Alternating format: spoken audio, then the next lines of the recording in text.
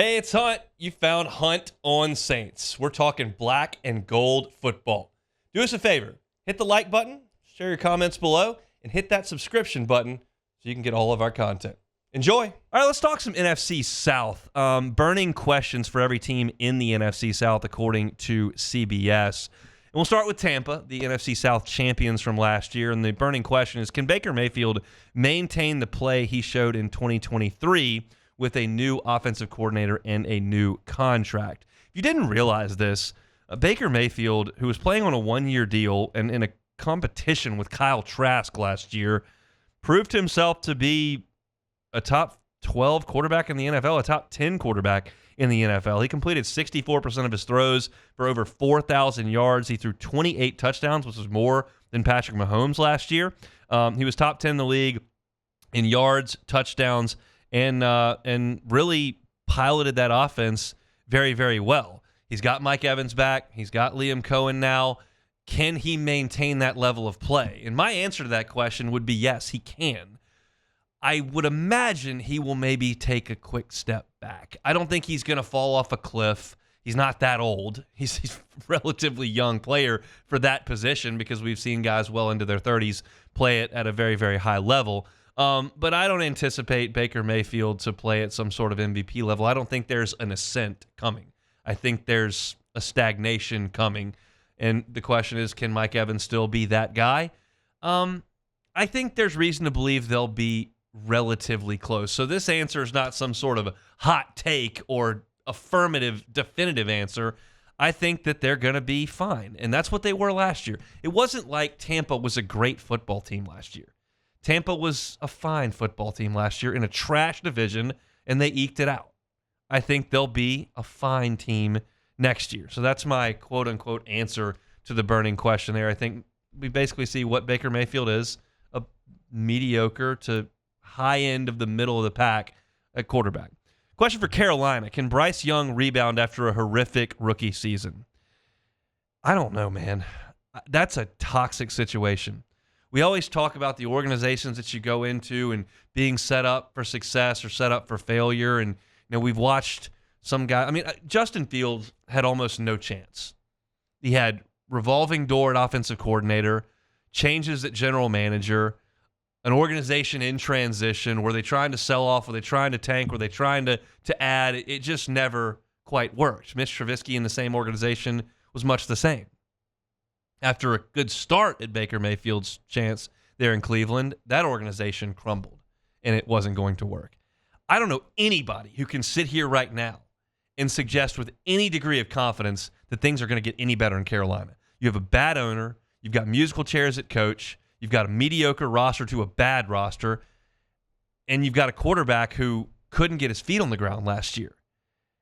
And I thought Bryce Young was the best quarterback in the history of Alabama football when I watched him play.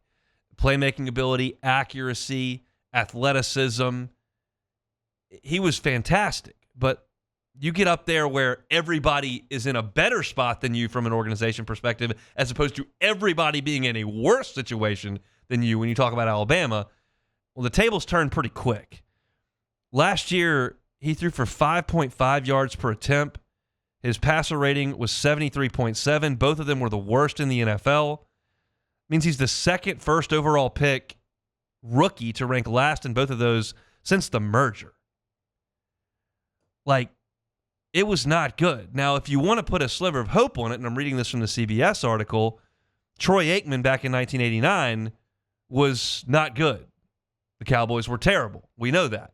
But they continued to add around him, and that was an organization at that point that was on the rise. Jerry Jones was doing things the right way, and Jimmy Johnson was a very quality coach.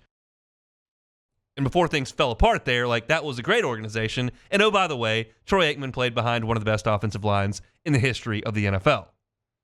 I don't know that I can say that about Bryce Young, and I can't tell you that the NFL's all-time leading rusher is going to be playing behind him either. So I think everybody is selling Carolina at this point. I'm going to join them there. I don't have any ill will towards Bryce Young anymore because he's not wearing crimson and white. I just don't think I'm going to bet on his career in Carolina at this point. It feels like things aren't going to work out. If he shocks me and things turn around, great, but I don't know that I'm betting on a resurgence from Bryce Young. So we're sticking with quarterback for the first two, and the third, which is Atlanta. We'll get to the Saints at the end here. What will Kirk Cousins look like at age 36 coming off a torn Achilles?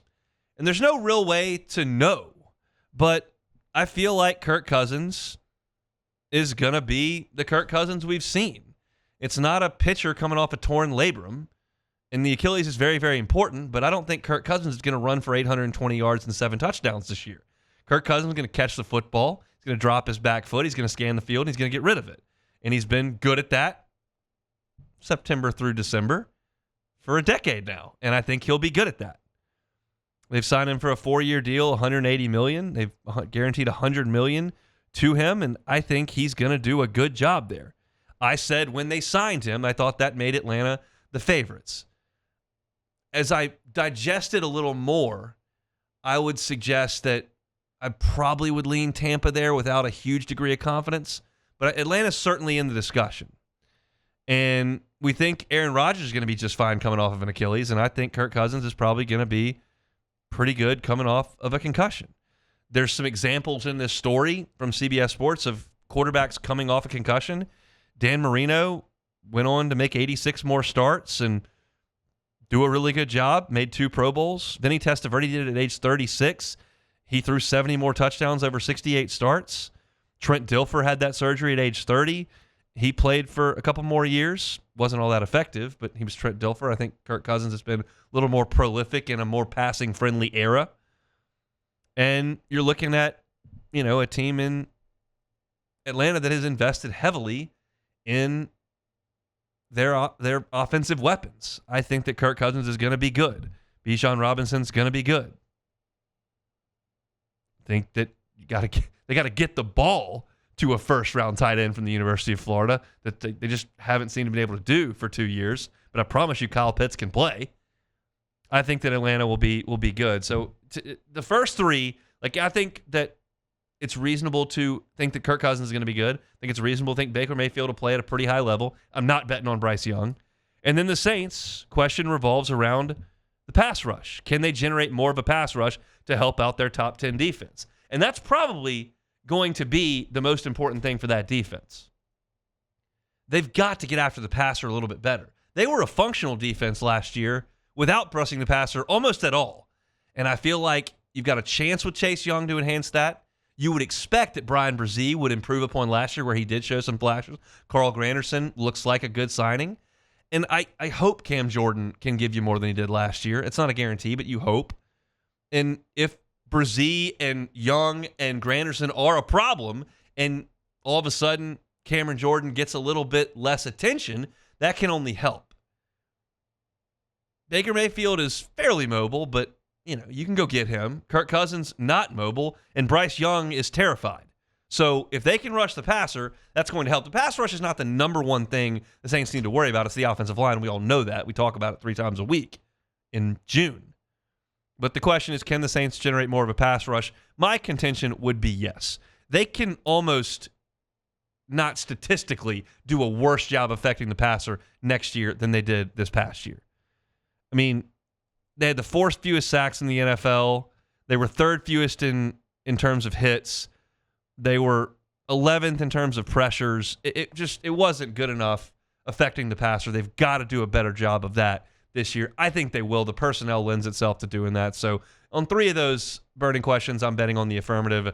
Surprise, surprise, I'm out on Carolina. It's just the way that it is. So that's a look at the New Orleans Saints. If you're looking for our Saints coverage all year long, you can find it certainly at Hunt on Saints on YouTube. Uploaded each and every day. We got new Saints content every day over there on YouTube. If you're looking for Saints in the dog days of summer, do that over at Hunt on Saints. Hey, it's Hunt. Thanks for watching Hunt on Saints. Before you leave, help us out a little bit. Hit that like button, leave your comments in the section below, and hit that subscribe button so you get all our content right here from Hunt on Saints. We'll see you next time.